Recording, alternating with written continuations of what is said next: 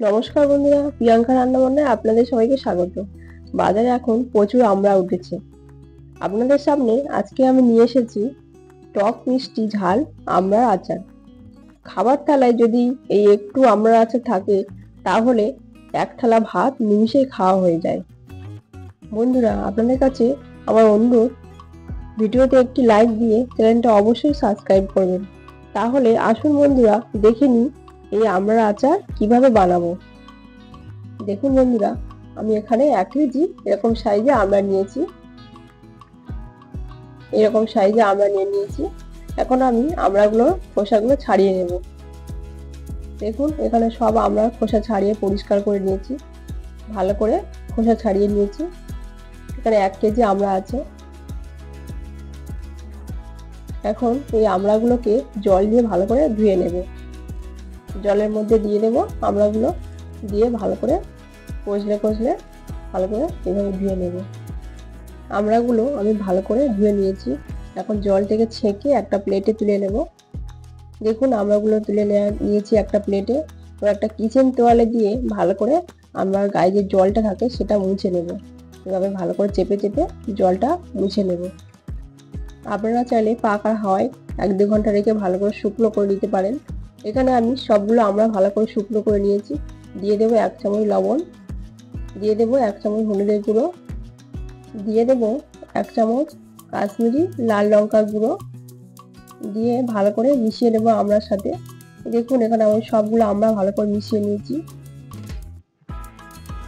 এখন একটা প্লেটে নিয়েছি 5টা শুকনো লঙ্কা, নিয়েছি গোটা ধনে, গোটা জিরে, গোটা মৌরি।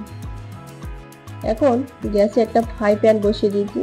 ফ্রাই প্যানের মধ্যে দিয়ে দেবো শুকনো লঙ্কা, দিয়ে ভালো করে শুকনো লঙ্কাটা ভেজে নেবো নাড়াচাড়া করে। দিয়ে দেবো গোটা ধনেটা দিয়ে ভালো করে নেড়ে চেড়ে নেব।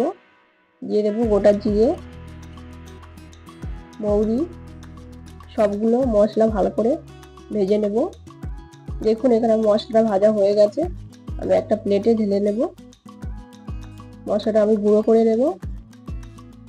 কড়াইতে তেল দিয়েছি, সর্ষের তেল দিয়ে ভালো করে গরম করেছি।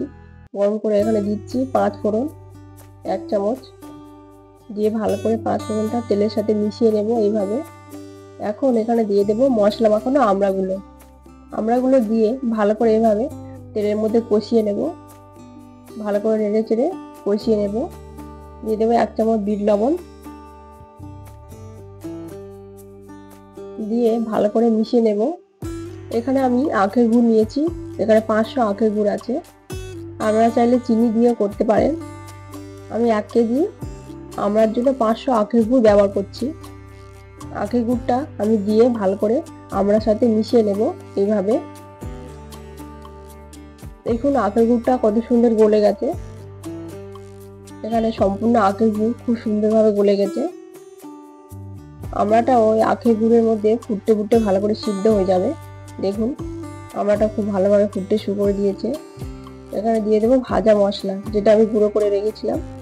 দিয়ে দেবো ভাজা মশলা, আর 1 চামচ ভাজা মশলা দিয়ে দেবো। একটু ভিনিগার দিয়ে দেবো, আচারটা যাতে সারা বছর ভালো থাকে তার জন্য একটু ভিনিগার দিয়ে দেবো।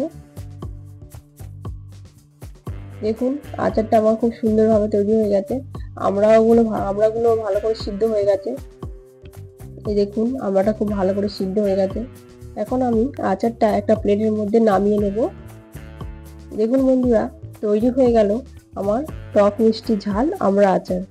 আপনারা এইভাবে বাড়িতে বানিয়ে নেবেন।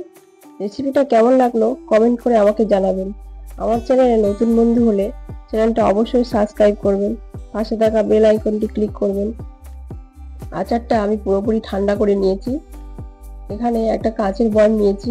দেখুন, এরকম সাইজের একটা কাঁচের বয়াম ভালো করে পরিষ্কার করে ধুয়ে মুছে ভালো করে নিয়েছি। এখানে আমি আচারটা ঢেলে রাখবো। কাঁচের বয়ামটার মধ্যে আচারটা ভালো করে ভরে নিয়েছি। দেখুন, এইভাবে ভালো করে খুব সুন্দর করে ভরে নিয়েছি। পুরো আচারটা আমার কাঁচের বয়ামের মধ্যে রাখা হয়ে গেছে। বাচ্চাদের আচার পরিবেশন করেছি। দেখুন, ওরা আচার খেতে শুরু করে দিয়েছে। ফিরে আসছি নতুন একটি রেসিপি নিয়ে। আপনারা সবাই ভালো থাকবেন, সুস্থ থাকবেন। ধন্যবাদ।